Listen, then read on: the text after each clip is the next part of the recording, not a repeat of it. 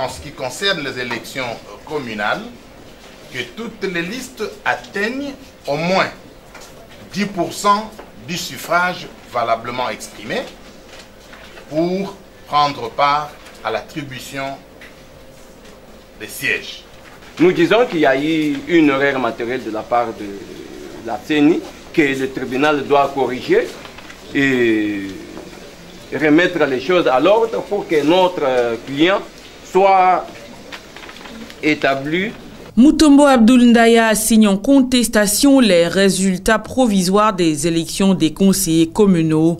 La commission électorale nationale indépendante et Mampouya Blaise du regroupement politique A24 au tribunal de grande instance de Kinshasa-Gombe. Les faits remontent au 26 janvier 2024. Selon les avocats de la partie demanderesse Mutombo Abdoul Ndaya, la Commission électorale nationale indépendante avait publié les résultats provisoires des élections des conseillers communaux dans la circonscription électorale de Mongafula le 26 janvier 2024. Le demandeur Mutombo soutient qu'il y aurait erreur matérielle qui aurait profité à un autre candidat. Les avocats de la partie demanderesse Mutombo Abdoul Ndaya soutiennent que leur client candidat indépendant aux élections des conseillers municipaux se serait démarqué par son profil remarquable pendant la période électorale et aurait obtenu beaucoup de voix. Ils soutiennent en outre que ces résultats peuvent être attestés par la Commission électorale nationale indépendante et les différents procès-verbaux en leur possession.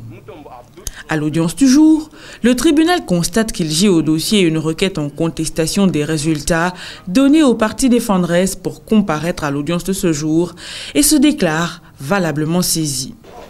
Le tribunal constate également qu'il gît au dossier une notification de la requête en contestation du 11 mars 2024 à la requête de M. Mutombo donnée à M. Blaise Mampouya et à la CENI pour comparaître au don de séjour.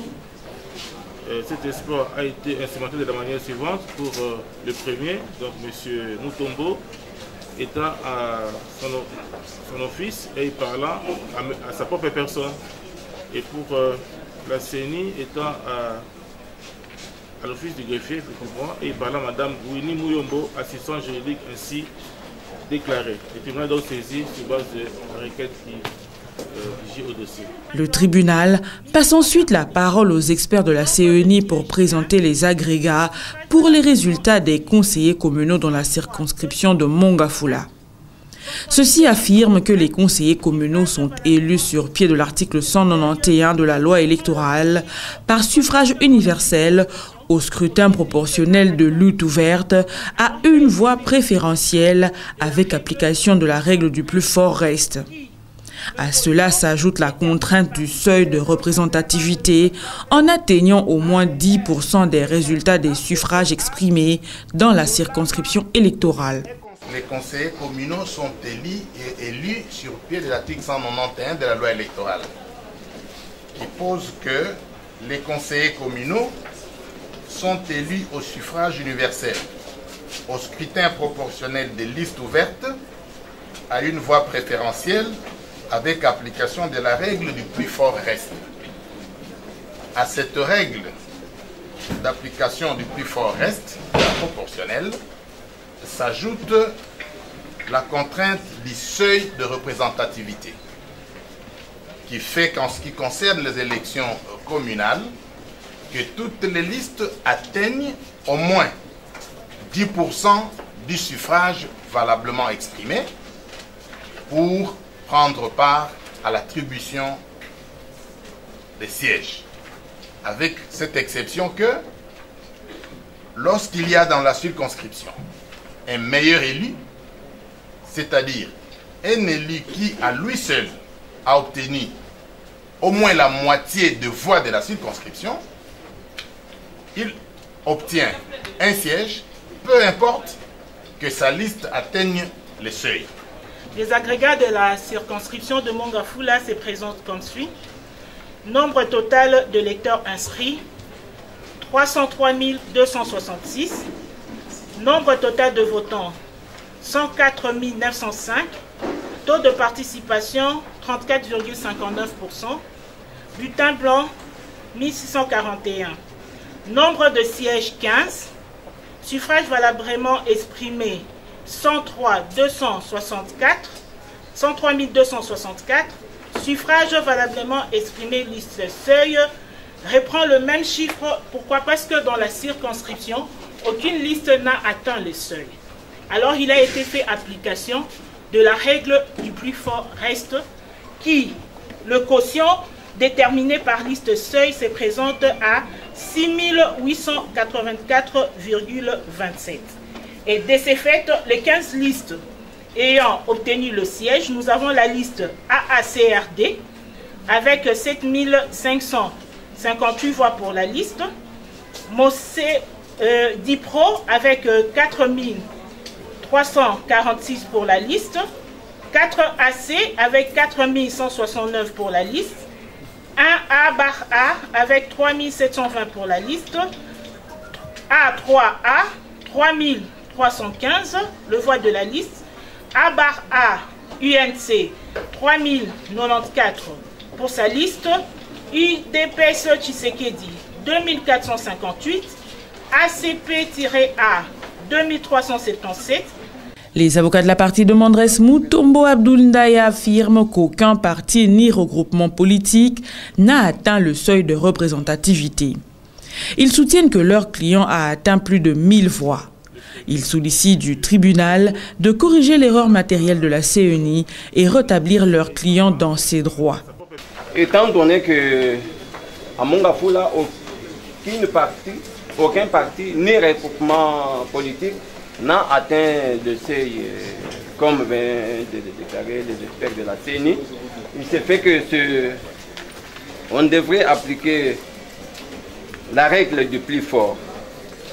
Mais nous avons tous entendu le résultat tel que donné pour A24, qui pour tous les regroupements de 1967 voix. Tandis que notre client Mutombo, dans les pièces que nous avons versées dans les dossiers, hormis les autres à ajouter en annexe à la note de plaidoirie, il a obtenu 1117 voix. Donc, comme aucun parti n'a atteint le seuil, c'était la règle du plus fort. Mais si on se maintient à la règle du plus fort, vous constaterez que Mutombo Abdoul devrait être parmi les élus, ceux qui ont obtenu plus de voix.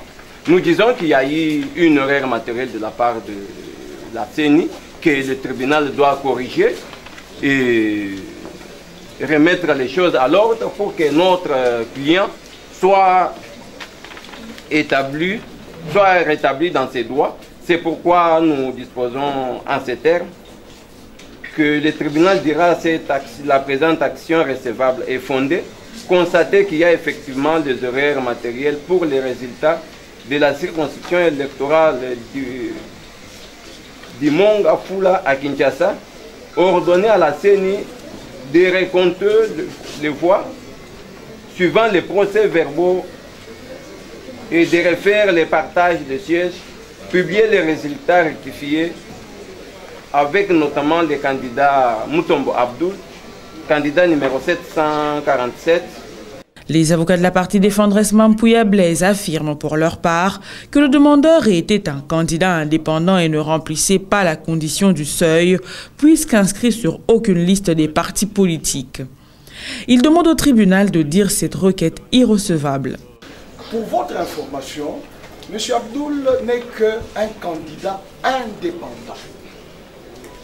En conséquence, il ne pouvait jamais faire face aux autres candidats qui sont venus de regroupements et de partis politiques, dans le sens que on a dit aucun parti ni regroupement n'a atteint le seuil, alors ça s'ouvrait à la compétition d'une manière proportionnelle.